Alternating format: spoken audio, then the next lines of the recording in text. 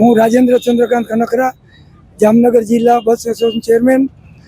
આજ રોજ અમે વિક્ટોરિયા પુલે અત્યારે બસ ઓપરેટરો બધા સાથે મળીને ભેગા થયા છીએ. પ્રશ્ન એવો છે કે વિક્ટોરિયા પુલ ઉપર બસ ઊભી રાખી અને અમે જે પેસેન્જરો લઈએ છીએ, જેની દિવાળી પર અમને પોલીસ ખાતા તરફથી સૂચના આપવામાં આવેલી કે વિક્ટોરિયા પુલે ટ્રાફિક જામ થતો હોવાથી આપ આપની બસો અહીંયા ઊભી ન રાખતા.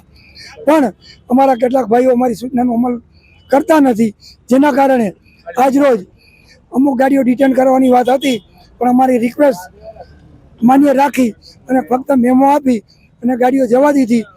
અને અમે પોલીસ ખાતાને ખાતરી આપી છે કે આજ પછી અહીંયા ગાડીઓ ઊભી નહીં રાખીએ.